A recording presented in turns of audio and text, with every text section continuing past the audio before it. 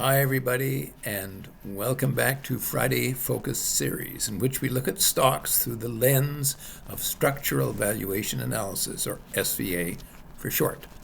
As a reminder, last week I examined just how good the Stock Selection Committee of the Standard & Poor's 500 Index was at choosing when to sell stocks from that index.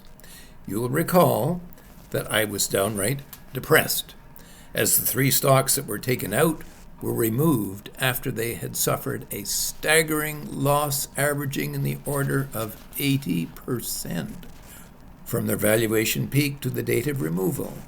Today we are going to see just how good the committee is at choosing stocks to add to the S&P to replace the three that were taken out.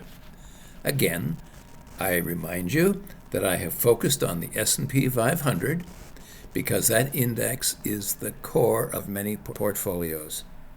I'm going to look at the three stocks that are being added to the index. Let's take a look. Well, the first stock that is being added into the index today is a company called Applevin Corporation. It's got an incredible valuation due to major stock buybacks. The stock is up some 3,000%. That's 30 times from its price in 2023. Now, selling at 98 times its book value, and its fair market value itself is some 75% below the current price. The second stock that they have chosen to add is Robinhood, or Hood for short. It too has a very high valuation. The stock is up 1,100%. That's 11 times from its low from 5 years ago. Its fair market value is 69% below the current price, and its current price to book value is 11 times.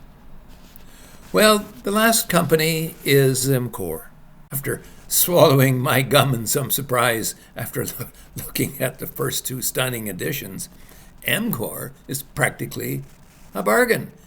It's up a mere 780% from its 5-year low, and its fair market value is only 27% lower than the current price, and is selling at a mere 7.7 times book value.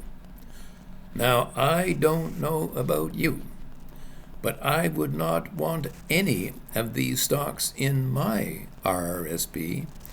By any measure that I can imagine, value they are not.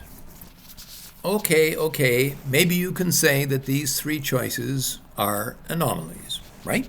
Well, the quickest way for us to find out is to examine the price history of those three shares that the committee took out and see what happened to them before they went into the S&P 500 index.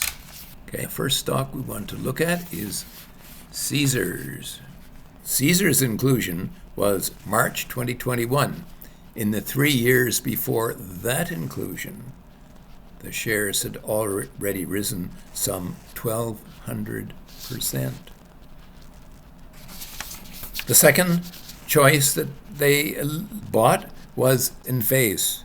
The inclusion of Enphase occurred in December 2020, and it had risen nearly 100 times in the previous 5 years. The last inclusion was MarketAxess. Its inclusion was July 2019, and it had risen a paltry 508% from its previous 5-year low. From that history, I have to observe that the Standard & Poor's 500 Index Selection Committee has shown little recent historic evidence of being remotely able to learn from its own history and to be able to select timely long-term value index investments. Now, to be fair, the index committee can only choose stocks which have a large market capitalization, that is, price times the shares outstanding. In this very highly valued stock market environment that we are in, many of the current stocks that meet that criterion are, in all probability, extremely poor value from a long-term investment point of view. So what we may really be looking at is maybe we should have a subtext. When the committee is trying to pick suitable stocks for the S&P 500 today, they are hampered by the extreme riskiness of the market itself, and the quality of their choices should serve as a powerful warning to investors everywhere as to the very safety of investing in common stocks at this time. Anyway, thanks for tuning in, and I will see you next Friday.